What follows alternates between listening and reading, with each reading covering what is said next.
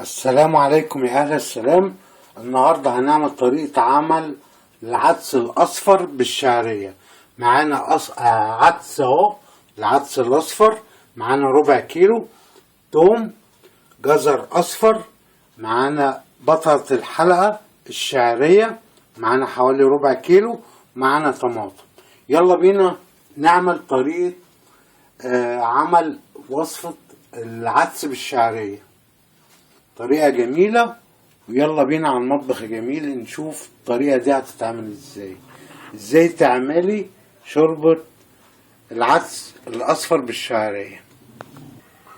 عمل العدس الأصفر بالشعرية. معانا العدس بتاعنا الجميل، هنحطه كده ونقول بسم الله. هنحط بصل بطريقة جميلة وحلوة، هنحط الجزر، هنحط الحبيتين الطماطم، هنحط التوم حوالي 3 فصوص توم او 4 فصوص توم. وهو كده على الوضع ده جميل، هنروح قافلين عليه نسيب دولت لغاية ما يغلي. طريقة جميلة وحلوة، طريقة عمل العدس بالشعرية. العدس ده هنطبخه ونعبيه في اطباق. تمام يا قشطة؟ ابقوا معانا يا جميل لغاية ما العدس يخلص ويستوي. تمام؟ طريقة جميلة وحلوة، وصفة العدس الأصفر. تمام يا جميل؟ ابقوا معانا لغاية ما دي يستوي، علشان بعد ما يستوي هنسيبه يبرد ونضربه في الخلاط يا جميل. طريقة عمل العدس الأصفر بالشعرية. شايفين الجمال ونعمة ربنا؟ يلا ابقوا معانا. سايب العدس اللي بيغلي اهو، بسم الله ما شاء الله.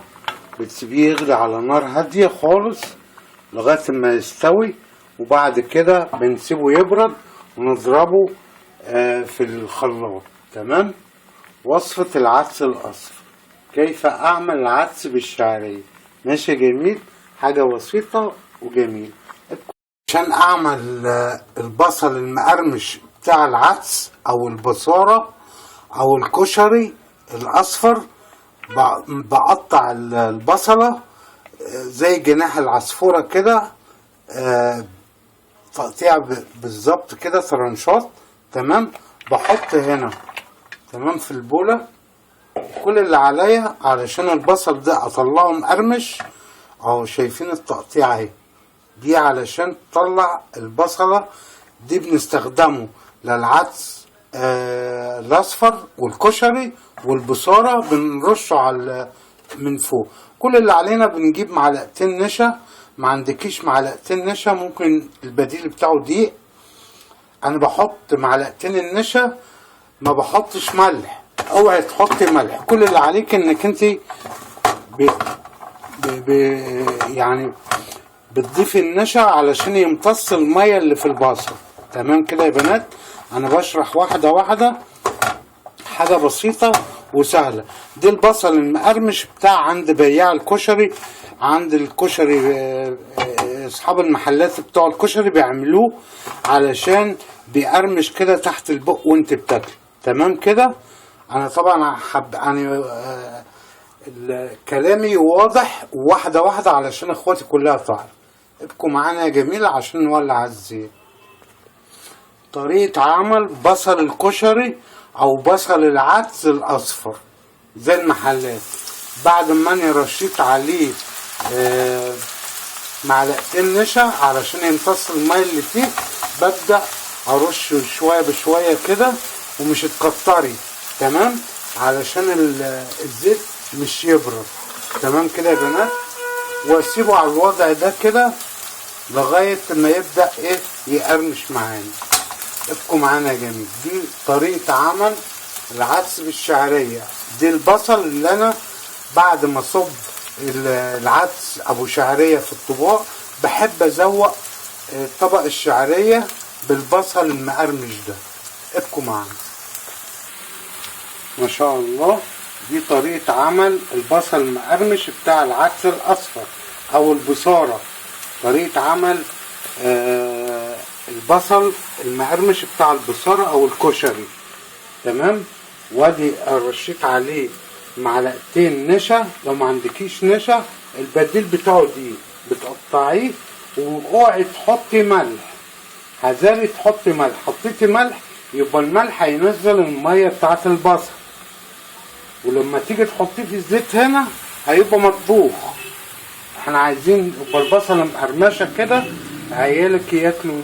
احنا كنا بنعمل بصل مقرمش دي زمان، بنعمله سندوتش البصل المقلي.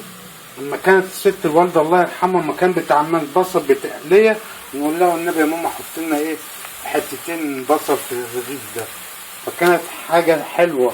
دي طريقه عمل البصل المقرمش، بينفع للعدس والبصاره والكشري، بتزوقي بيهم الحاجه دي. تمام، ابقوا معانا لغايه ما البصل دي احمر، وهلمه وابقوا معانا. اما اجي اطلع البصل المقرمش احطه في مصفى زي دي. تمام يا بنات اهو. اوعى تحطيه على مناديل ورق، المناديل ورق هتطريه. تمام، حاجه بسيطه انا بقول لاخواتي البنات علشان ايه يعرفوا البصل المقرمش ما يطلعش على مناديل. انت بتعملي بصل مقرمش للكشري للعدس للبصاره، اوعى تحطيه على مناديل، حطيه في مصفى زي دي. تمام، عشان يبقى مقرمش معاك على طول. شايفين اهو لسه طالع من الزيت ساخن اهو. وادي البصل المقرمش اللي هو احنا بنستخدمه للكشري والعدس الاصفر والبصاره.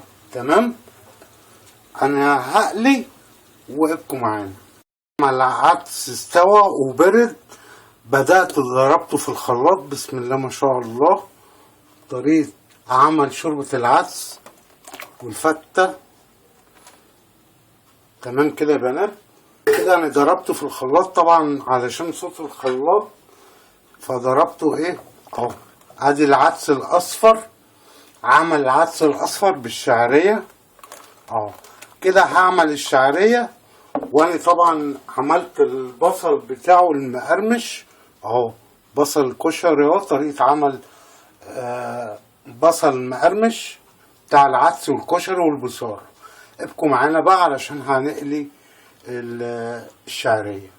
دلوقتي هعمل الشعرية بتاعتنا. معانا معلقة زيت على معلقة سمنة بلدي. بسم الله ما شاء الله.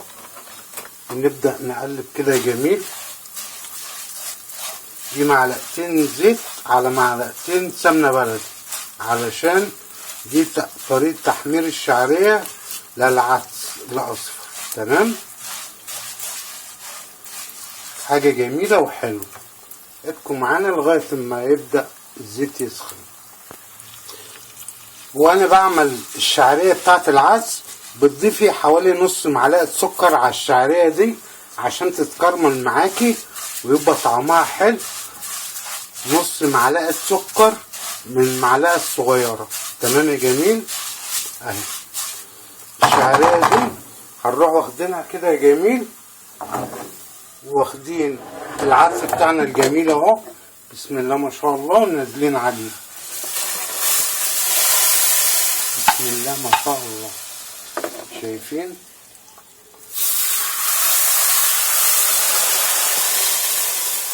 بسم الله ما شاء الله. هنسيب الشعرية. طبعا الشعرية اول ما العدس ياخد غلوة كده ونروح شايلينها. العدس ده يا جماعة انا هعمله في اطباق، هصبه في اطباق زي البصارة.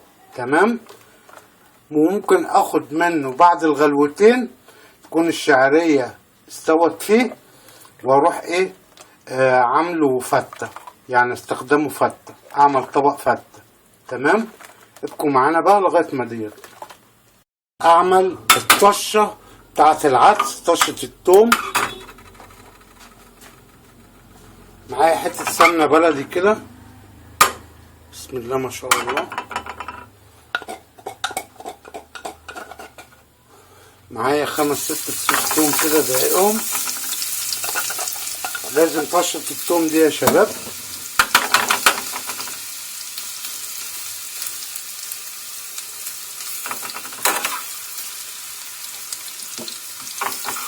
بسم الله ما شاء الله. ريحة التوم تجنن. دي طشة العدس الاصفر. ازاي تعملي طشة العدس؟ فصين توم، معايا معلقة كزبرة، بسم الله ما شاء الله. خلي بالك دايما لما تيجي تعملي التوم مش تعلي النار، انا موطي النار خالص اهي.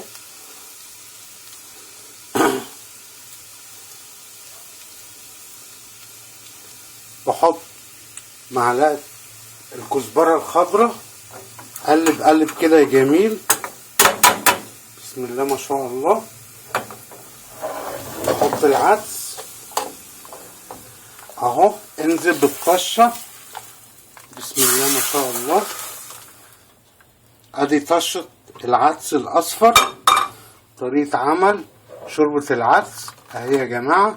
طبعا بسيبه يستوي على نار هادية. كل اللي انا بديهوله مكعبين مرقة دجاج بضيفيهم كده، لان انا ما حطيتش فيه ملح خالص. الملح ده بحطه في الاخر.